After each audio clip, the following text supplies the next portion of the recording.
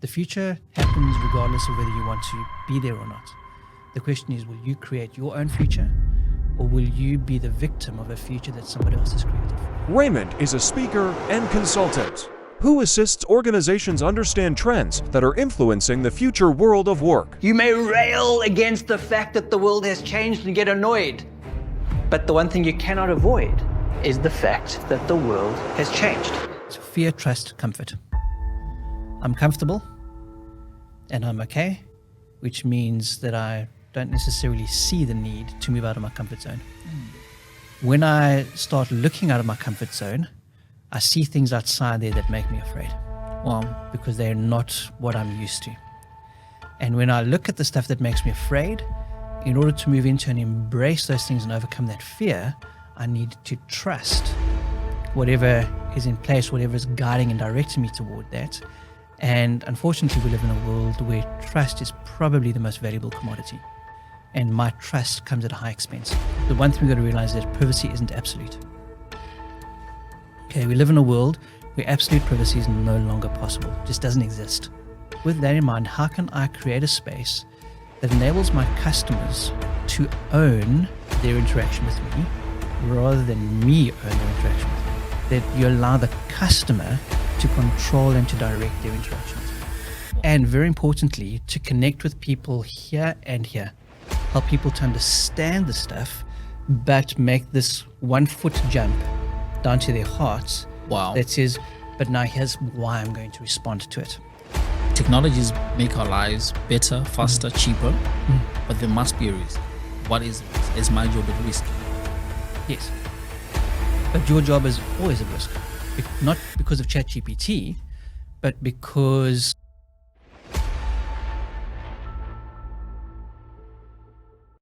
Welcome everybody. It's not every day that you have a speaker and consultant, Raymond the Villiers. I'm very excited to have this guest. I've been trying to get him on the show for some time now, but I'm happy that he accepted to be here.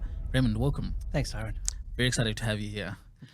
So my first question for you, how would you best describe what you do? For a person who doesn't really understand, but how would you best define what you do?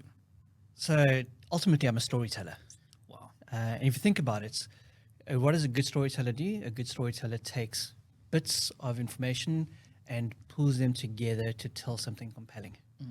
And we live in a world today where there's so much data, so much information, so many bits around, a little bit like the sky. Yeah. You know, all these stars that are up there. And then if you go back in history, you've got kind of the different zodiacs. You've got a Greek zodiac and you've got a Chinese zodiac. Or, you know, basically the Greeks and the Chinese looked at the same stars in the sky in the Northern Hemisphere, but they drew the dots differently together and created different pictures. And then they told those stories into their culture. So that's me, kind of looking at the dots that are in our world today that indicate how and why our world is changing. And then I just join them together and tell the story around this is how and why our world is changing. And my story makes sense because you look at the dots, oh yeah, I can see that picture there. But somebody else might come and sit down next to and draw something slightly differently and tell a slightly different story, which gives us that richness around altogether understanding how and why our world changes. So what do? I tell stories. That's amazing. And how did you, what's your background? How did you get into storytelling? So my undergrad world was actually in theology. So I studied to be a minister. Wow. And so if you think about it, what is the role of a good minister or a good pastor in a church? Storytelling. Is to take ancient literature and to bring it together and to try and make it compelling and understandable in the modern world. Wow. And very importantly, to connect with people here and here. Help people to understand the stuff, but make this 1 foot jump down to their hearts. Wow. That says, but now here's why I'm going to respond to it. And so then leaving the church in my late 20s in terms of formal role, moved into the IT and the tech space, but always on the people side of stuff. And then was studying toward a master's in future studies, which I never finished because I ended up starting a business building computer games for corporates. So probably about 8 years ahead of the gamification trend at the time.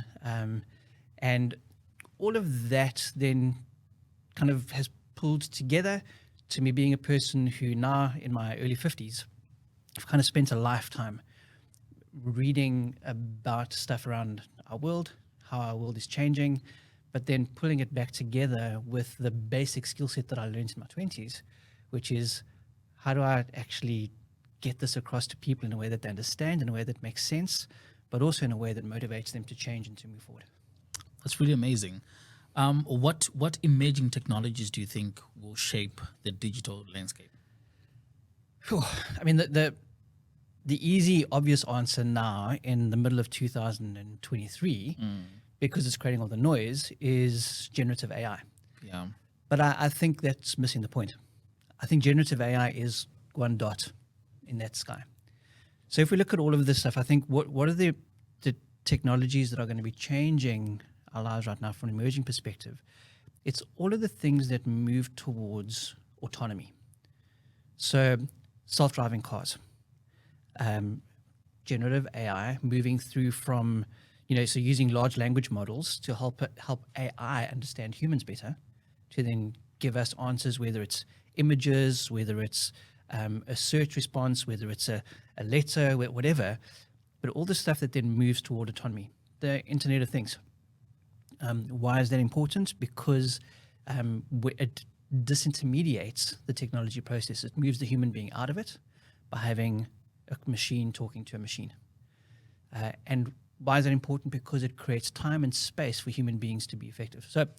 So sorry, the very first Internet of Things device was a Coke machine, a Coke dispensing machine at Carnegie Mellon University. Yes. And the whole thing was the guys, I think the guy's name was Jim Nichols. His lab was on one side of the campus, and the canteen with the Coke machine was on the other side of campus. And he'd walk across, get there, and the thing would be empty or just loaded, and the Cokes would be warm. And so he got annoyed and frustrated. And so he put sensors into the Coke machine that when the guys reloaded the machine, they didn't have to reset the sensors. The sensors automatically picked up the status of the machine, and then he had it writing to a web page. So he could sit in his lab on the other side of campus, just go onto the website and see the status of the Coke machine, and then know if it was worthwhile for him to walk across campus to go and get a fresh Coke. And then he started to share that URL with his mates, and that's how the Internet of Things was born. Why?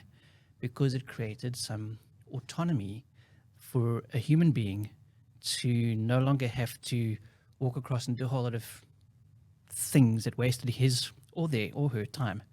And so, leaping back, emerging technologies, anything that begins to do stuff on my behalf that creates more time and space for me to be more human.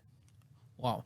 Surely there is a risk though, because whether it's replacing humans or whether it's because technologies make our lives better, faster, cheaper, but there must be a risk. What is the risk? Well, maybe let me bounce that question back to you. What are you feeling is the risk? And then let me respond to what that risk is that maybe is concerning you. Because again, the stuff that we're seeing right now is people are worried generative AI is going to take away jobs. No, generative AI is changing jobs. It's not taking away jobs. Often what technology does is it shuts down one thing and opens up another. So, and I've got an illustration in my mind, but I just want to hear your thing quickly before I jump into it. I'll give you an example.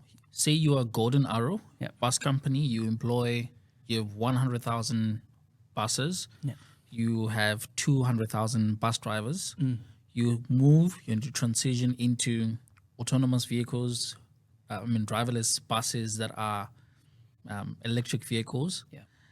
What are you going to do with those 200,000 drivers? As with every technology, those 200,000 drivers, the role and the responsibility of the organization is to reskill and to upskill for a changing economic reality. And it works both ways. It works on the responsibility of the organization as they pick up new technologies to understand the implications on their people. But, and this is probably more important, it also sits with those bus drivers to start seeing and saying, wow, this stuff is starting to come through. My job is at risk. And when your job is at risk, you don't sit down and say, oh, well, it's at risk. Oh, it's good. I'm not too, you go, this is at risk.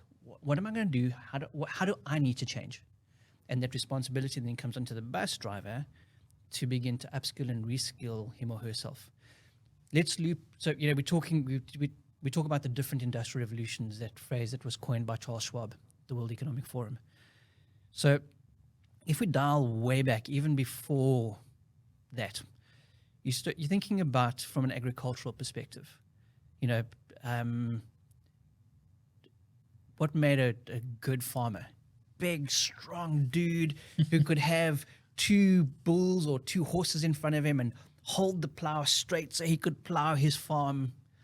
I would have been terrible because I'm a skinny little wimpy dude, I couldn't have been a great farmer because, Arnold Schwarzenegger next door would have been able to be so much more efficient at plowing his land than me because I couldn't control the animals. Steam engines come along and suddenly you get a tractor, a steam tractor. Now it's actually not this big, strong dude who has to control oxen. I'm now a skinny guy. I can get on top of the steam tractor and I can plow my field quicker, more effectively, more efficiently, straighter than that big, strapping Arnold Schwarzenegger next door. What's Arnold Schwarzenegger's job next door? To sit down and say, wow, I'm facing redundancy in place. The context hasn't changed. We still have to be able to plow a field quickly and efficiently and do it. But how we get it done is shifting. So what is another way or another place to unlock the value of me being this big, strong, strapping person? And now, I'm just taking the story now. Maybe then is to go and say, okay, steam trains. They need somebody who's actually going to be standing and shoveling the coal into that. And again, there's another value proposition for who I am in a shifting economic and industrial reality.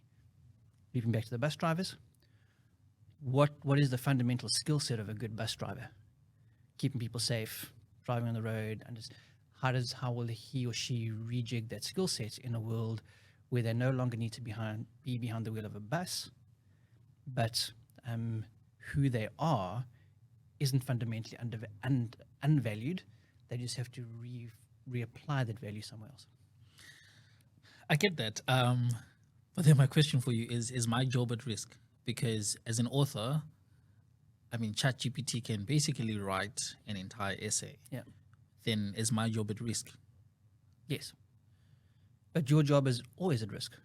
Not because of ChatGPT, but because somebody born today might end up being better than you tomorrow, which means your job is always at risk, and it's always your responsibility to figure out how can I be better and keep up to date with being the best at my job. But again, let me loop back to that, specifically with ChatGPT and AI. One of the things that we have for an author that right now makes your job a little bit less at risk is we're seeing with AI hallucinations, where essentially the content is not completely accurate.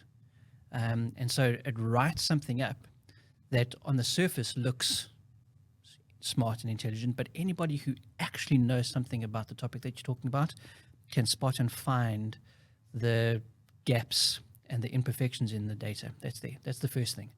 So we're finding that generative AI at that level has a superficial level of accuracy rather than a detailed level of accuracy. The second thing is the uncanny valley. So the uncanny valley is this thing where it's that itch in the back of your head where you're looking at something that looks perfect, but it almost seems too perfect. And AI's level of perfection at the moment is also the bit that looking at something that's written by a human being, it feels different to something that's written by AI. And that's what they call in the uncanny valley. And for now, your job is safe because you still actually have enough personality and texture in your writing. That said, you'd still need to, again, look at the horizon and say, AI is going to fix that within itself. So in this period, how can I use AI to be more effective at what I do? And maybe it's not about writing the initial copy, but actually doing the tweaking and the fixing later on, fixing the hallucinations, getting the feeling of whatever AI generates more human, which for you then shaves off maybe 3 or 4 days of your writing process, which again, let's come back to my very first thing, makes you more human. It unlocks more life for you. And at that level, it's brilliant. Yeah. And what role do you think virtual reality and augmented reality will play in making our shopping experience a lot better? So let me go now and future. Okay. Right now, very little. Primarily because our devices are too clunky. So you look at just what Apple has recently launched, or Apple moving into the augmented virtual reality space. Everything is still this big, massive thing that you've got to put on your face that cuts you off from the people around you. It doesn't make you feel like an integrated part of your life and your world. It isolates you. Even with those weird eyeballs that Apple's got in there, it still doesn't make a person walking into the room feel like, oh, it's safe to connect with you. They walk into the room and it feels like Tyrone's in his own world. He's disconnected from me. So from an e-commerce and a shopping buying perspective, I think in the immediate future, or in the immediate time now, I still think our devices don't work well enough from a human perspective to really, really make us excited about it. Now, the techs and the techies and the geeks, they get excited because they see the potential for what it can be. But if you take Gartner's hype curve and the hype cycle, they're still very much on that beginning part of the hype curve, moving toward the peak of inflated expectations, where there's a lot of hype, but it doesn't fundamentally deliver on the value proposition for shopping and for online. Now, let me project that a little bit further forward. I think the potential exists for AR and VR, and probably more augmented reality rather than virtual reality, to shift and change the way we engage with products, but by making it that the device sits in the store, the device sits in their space rather than me. So I don't have to walk around with a thing that I'm having to pull out and scan and look through my screen to try and figure it out. Clothing. Going into taking some items of clothing that I want you to go into a change room to try on. At the moment you try it on, you stand in front of a mirror. What does a mirror do? A mirror reflects back exactly what you're seeing. But imagine if the mirror is no longer actually a mirror, but a screen, and what you're seeing is it's actually a projection from a camera. So the camera's looking at me in the change room. And we're going to loop into privacy a little bit later because that's a freaky thing. But a camera's looking at me in the change room, and what I'm seeing as a mirror is actually a screen, which then means I'm trying this jacket on. And I'm putting the jacket on and it's in gray, but I can then see on the screen a whole lot of different other colors that it has in the range. And I can actually just tap on. It's not augmented reality, because I don't know if you've tried augmented reality clothing. Sometimes it doesn't fit, it doesn't move with me. Yeah. Because it's trying to overlay it onto a mirror. But if this is now a screen and it knows the device, or no, sorry, not the device, it knows the item, and I just tap through on me, I can actually see what the different options might be of this, and then it moves and it flows and it goes with me because AR knows smartly what it's offering. So those types of things, I think we see the potential in navigation, driving, tourism, definitely massive opportunities for those. But in the short term, I think it's still too clunky. Okay. And it's not delivering on what people are saying it's going to deliver. It's just not there yet. So I get what you're saying, because I think I remember Facebook losing over 200 million for betting on the metaverse. Metaverse, yeah. So would you say that this is more a long-term project, not a right-now problem?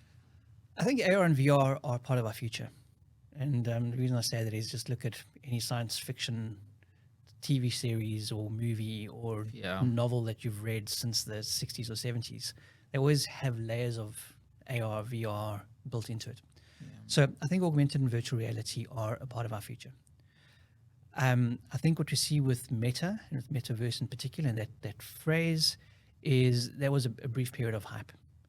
And I think the fact that Mark Zuckerberg and Facebook tried to plant their flag in it and almost claim ownership of it. It's a little bit like America planting a flag on the Yeah. moon and trying to claim the whole moon. Yeah. You know, it's never just because you planted a flag there doesn't mean you own it. And I think it's the same thing with virtual reality and the metaverse. So it was always going to fail when it was only one organization creating effectively kind of a closed ecosystem. And if you think about it, what Facebook built with their metaverse was not radically different to what you saw in the late 2000s with Second Life. And what Second Life did, what started out as a game, which then ended up becoming a whole, multiplayer online role-playing game. Yeah. But Second Life ended up becoming a whole virtual environment that people lived in. It had very little commerce, but for 3 or 4 years, Second Life actually gave us a precursor of what I think Meta tried to do with Metaverse. The difference is Second Life, you accessed it through a screen rather than through a device, but the same basic concept where I can live virtually and I can engage virtually in this environment. So I think if we start seeing an environment that begins to be disconnected from one particular organization, or that is the product of collaboration between Google, Amazon, Facebook, Apple, Microsoft, if that's ever possible, and if it's able to get through the antitrust guys around the world, that's where the potential lies. Not there yet, but potentially does. That is our potential future. In his book, The Four, Scott Galloway said a very interesting thing. He said, these 4 companies, so he didn't have Microsoft in it, Google, Amazon, Facebook, Apple, plus Microsoft, these 5 companies. In his book, Scott Galloway said, these 4 organizations are engaged in an epic struggle to create the operating system for our lives. And there we go. That's Meta. That's where augmented and virtual reality are moving toward, something that becomes the operating system, the platform on which we're able to continue to build our digital reality and our digital life and our digital experience, which also then means that it needs to fundamentally enable digital commerce. And I think it started out saying we need to make money rather than saying we need to connect people and then the money will come. Wow. So let's break it down. Let's speak to a 5-year-old. So this is what we're going to do. Yeah. We're speaking to a 5-year-old Yeah. to try and explain to a small business owner who is wanting to get into the digital space and in set up an e-commerce platform. As we know that the economy of South Africa is about 38% in the informal sector. Yeah. So how do I then create an experience that will then get my customers to operate in the digital space when most people don't actually have even data to get online? Yeah. So I think, well, there's the first challenge. Yeah. Is first thing is you've got to think mobile first. Okay. So whatever you're building, whatever you're thinking, it's about cell phone. It's not web. That follows later on. So you build mobile first. And then from mobile, you then expand into other spaces. So, and again, I think we'll probably talk about omni-channel a bit later. Yeah. But it's a mobile first strategy. That's the first thing. The second thing is exactly because of that, you've also then got to go and think data light, which means look for local platforms, things that are built that are based on essentially low data activity. So most of the stuff you're going to get has been built, or even the free platforms are things that you're going to be getting from Europe, getting from the United States, where data access and kind of how much data people have is not a major issue. So things that run through SMS, it's still a platform that we need to tap into and use. Yeah. Or things that people can access with very, very, very little data. That means probably look for something built in Africa for the African market by African entrepreneurs. So that would be the first part. Mobile first, that ideally has got a very small data footprint. Yeah. Which then means, number 3, don't be distracted by sexy. Because Mr. 5-year-old startup entrepreneur, if you're wanting to build something that's completely sexy first, you're going to be wasting so much money on your front end and something that looks amazing. You're going to then constrain and be limited on the functionality you can build on the back end. And ultimately, that then means that you're going to be adding very little value to your customer because they don't want something that looks amazing and does very little. They want something that does a lot, even if it doesn't look amazing. And so just check what's important to you. And so those would be the critical things that I'd say to a person starting up trying to get into this space. And then number 4, there are enough things that are out there that are free that will enable you to pay or to make to generate revenue for that platform provider by transaction. So look for stuff that will enable you to pay by transaction as a small micro fee rather than having to pay a significant upfront license cost or even have a kind of a big annual subscriber fee. You want something that basically almost as a pay as you earn from your perspective as well. And then number 5 is from a development perspective, don't get sucked into feeling that you have to work with a big development studio or development company. There are enough platforms like Fiverr or whatever that will enable you to also go in the kind of that smaller just-in-time markets where people will kind of in the gig economy just deliver that thing for you that you're wanting, that you pay for that piece of customization, that piece of tech that gets delivered, and you know that you're not paying big, massive overhead fees for a manager and director and a partner and all the other guys in an organization that you're then going to pull in, which then also ultimately, lastly, then gives you much more control and ownership of the product that you're then taking to market. To do that takes a little bit of courage, and it means sometimes potentially running a route that doesn't have a whole lot of other people on it with you. But I think it's the way to do it in our developing market economy and through the rest of Africa as well. Wow, I think it'll be great if you have a 5-year-old entrepreneur, but I think that's a bit unrealistic. But yeah, my question, which you probably answered a bit, but for the viewer, is what strategies would you recommend to create a seamless omni-channel experience for the customer? Okay. So I guess first of all, we need to define what is omni-channel. Yeah. Because so omni-channel as opposed to multi-channel. Yes. Because I think that's the critical thing. A lot of people sitting down and engaging in the omni-channel conversation, we're picking it up as entrepreneurs and as SMME business owners. We're picking it up from the information that is trickling down from large corporates that are saying, oh, here's an omni-channel strategy. Often in those large corporates, what they're talking about as omni-channel is actually just multi-channel. Wow. And it's multi-channel with an omni-channel skin. So they go, multi-channel means we've got a whole lot of channels, web, mobile, contact center, email marketing, whatever. We've got a whole lot of channels to connect with our customer. And we say, and basically we push the information that way. It's very much a push environment. And then what we've done is we've gone from a large corporate perspective and said, oh, the big 4 consulting companies are talking about omni-channel. Okay, we've got to have one. And they pay millions and they bring in like all these consultants, and all the consultants do say, you've got to put your customer at the center of it. But all they do is they really just put a skin over it and they haven't changed the way they've done business. Okay. And so they're talking about omni-channel. We put this customer at the center, but essentially large corporates are still using multiple channels to push information to their customer, but through a central data point so that basically as the customer engages, they have a consistent experience across the different channels. That's not omni-channel. Okay, that's multi-channel 2.0. Wow. So for a small business owner, what does omni-channel mean? Omni-channel means that you allow the customer to control and to direct their interaction with you. Wow. Rather than you direct how the customer can interact and engage with you. That's the shift. Okay. That's the fundamental shift from multi-channel to omni-channel.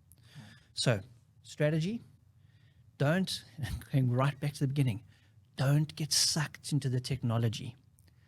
Take a step back, look at your people, look at who's in the market that's buying your product. Look at your staff. Look at the people that are on your organization. What is their skill set? How do they look at the world? Look at your supply chain.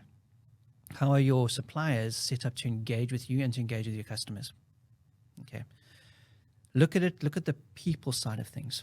And then say, okay, now with that in mind, how can I create a space that enables my customers to own their interaction with me rather than me own their interaction with me? Now you've got the basis in place for an omni-channel strategy. And then, back to the previous answer, you're now in a space where you can go for yourself, for your organization, for your market, and begin to make intelligent, informed decisions around what technology you use to make that happen. And you don't have to be using the same stuff as your competitors or the big corporates in the same market as you. You'll probably be able to find that you can really effectively put that power in the hands of your customer with just one or two little things, because you might not have to have, well, you're a small business owner, you don't have a contact center. There's a channel that's off. You've got a website. Your website may or may not have e-commerce on it. You've got mobile. Your mobile may or may not enable online purchasing and online selling. It might be directing them to a storefront. Because you're a small business owner, you're a micro business owner, your primary channel for your customer might still be a store, a physical environment. Understand that. Wow. And then build it for that. Just because you've got a physical environment doesn't mean that you're less digitally enabled. Wow. I want to shift gears a bit. Of course. I want to ask you. So we've seen a shift with most companies offering things free. Yeah. So you free upfront. At what cost? So there's a company recently in America that was giving people free televisions, but obviously these companies are getting data, your information, and they get to make their money based off what they're selling, your data that they're selling. My question for you is, privacy is now an issue in the world that we're living in. How do we manage that? I'm a small business owner. How do I ensure that I am protecting my client's data? And as a customer, how do I ensure that I protect my own data? Okay. So again, this is a multi-layered conversation, or Yeah. multi-layered response. But I think at the heart of it is the one thing we've got to realize is that privacy isn't absolute. Okay, we live in a world where absolute privacy is no longer possible. It just doesn't exist. Okay, we've got legislators that are trying to protect us, and from a governance perspective, sometimes trying to backfill and catch up and correct places where people have been exposed. But the reality is that privacy as a concept isn't absolute, it doesn't exist anywhere. Which means that, so two things. From a business owner perspective, you've got to realize that you have the right to ask for access into a person's private life. If you don't ask, you won't get. Okay? Ask courageously. So ask for stuff that you think they might not give you, but ask. And if you're asking this question of 100 of your customers and only 20 of them respond, that's giving you 20 points of data that you can then extrapolate into similar markets, similar clients. Okay? And if the fact that the other 80 said, hell no, absolutely not, it's okay. You've got some data points that you can extrapolate out. Ask courageously. Okay. Then from a consumer perspective, I want to draw a parallel here to my home. Okay. So my house, I live on a block where essentially I have a street on either side. So my house straddles the block. So I've got a front garden and a back garden. My back garden is completely walled in all the way around. Okay. My front garden actually has a open fence that people walking past the front garden can see into my garden. That street they can see in, this street over here they can't. Okay. But what I have is I have gates. Okay. So first thing, from a privacy perspective, there is a gate into every privacy wall. You've got to ask, what is the question that helps me to ring the bell and have them open that gate? That's the courageous question to ask. The second thing then is, from a consumer perspective, is realize that you do act differently depending on the environment that you're in. So I've got a beautiful garden, on the front of my house. It's got this amazing fence that people can see. And I love walking around my garden and gardening. The back garden is less pretty, but I act differently. I wear different clothes in the back garden. I play differently with my kids, with my partner, with my dogs in the back garden compared to the front garden. I leave different bits of myself exposed in the back garden. So I'll leave my bicycle lying around. I'll leave the stuff that I'm not worried about people seeing and stealing in the back where there's walls around it. But in the front, I have a beautiful garden, but there'll be certain parts of myself that I don't leave lying around there because I don't want somebody walking from the street looking and saying, okay, I know that about that person now as a result of this. Yeah. It's come into the digital world. Exactly the same thing applies. Because privacy isn't absolute, people will always be able to see something. Look over the wall, see something, look through the fence, see something. Are you in a space where you're comfortable with what you're exposing? Okay. And then realize as well that the people that come into my back garden are people that I have a very different relationship with to people that I have walked past my front garden. And the people in the back garden I have a deep relationship with that add value to my life and whose life I add value to. So from a commerce perspective, realize it's okay to invite certain people into that back garden. And I think we're going to loop back to data in a moment. But when those organizations that you want to have a rich commercial relationship with, the more data they have about you, the better they can serve you. That means the more and more privacy you've got to sign away or hand over to them with trust in order for them to give you something back.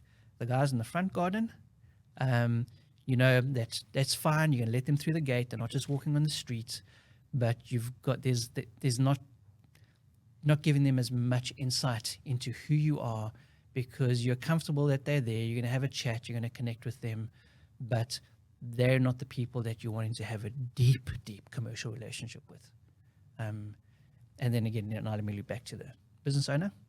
Where do you want to be? Do you want to be in the front garden or the back garden? Okay. Ask the right questions for them to let you into that space, because that's in where you'll be able to build your commercial model and design your strategy to achieve what you're wanting to get done. This is very good. We're running out of time, but I'm gonna ask you. Wow. Yeah. So I'm gonna. I still have two questions I want to ask. Okay, I'll do short answers. No. So firstly, I'm gonna ask you. I do this thing where the previous guest asks the next guest a question, and your question is. Let me try and get it so that I don't have to paraphrase. It says we're now living in a rapidly changing world. Yeah. Why is it that we are slow to change? And what can we do to be able to change? So an example that I can give is that it takes 5 years to change curriculum in the education for the education department. We are slow to change. Why is it, and what can we do to be quick, basically? Well, three things that play together. The first, so it's fear, trust, comfort. I'm comfortable and I'm okay, which means that I don't necessarily see the need to move out of my comfort zone.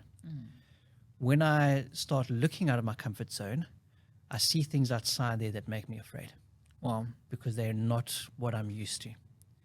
And when I look at the stuff that makes me afraid, in order to move into and embrace those things and overcome that fear, I need to trust whatever is in place, whatever is guiding and directing me toward that. And unfortunately, we live in a world where trust is probably the most valuable commodity. And my trust comes at a high expense. And so we change slowly because that's our human nature, but it's those three fundamental parts of our humanity that make it difficult.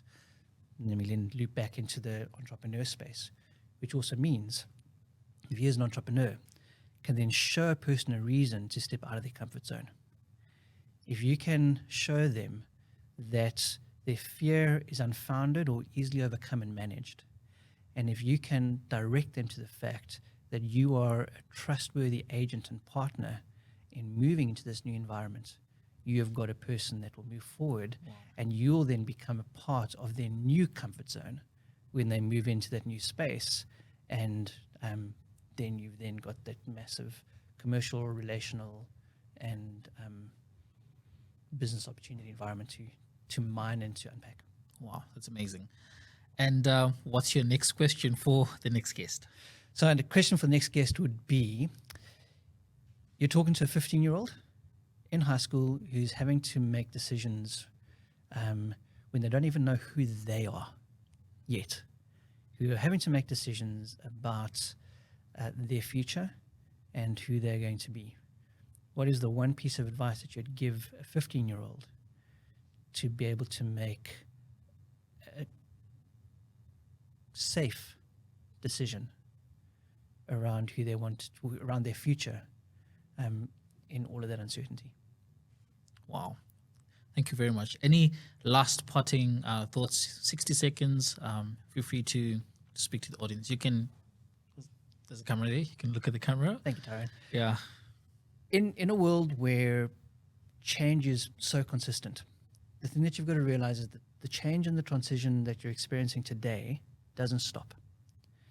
And if you're trying to go through and say, oh, okay, we made it, and you then want to sit down and exhale and relax, that's exactly the time when you're at your most vulnerable and you're probably going to feel the most fear as you look forward. Realize that the one thing in your life that's the most consistent, that will always be there, is that the world around you is changing. You need to change continuously as well. And the rate, what you've got to realize is that it's the rate of change. That's probably the most important thing for you. So change is consistent. Can you keep pace with the rate of change that is happening around you?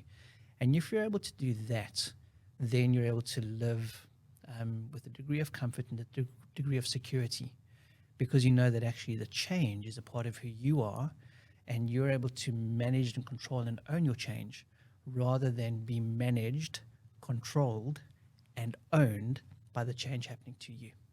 The future happens regardless of whether you want to be there or not. The question is, will you create your own future, or will you be the victim of a future that somebody else has created for you? Great. Thank you very much for joining us. And for the viewers, thank you very much for watching. Please don't forget to subscribe, like, and share. Thank you.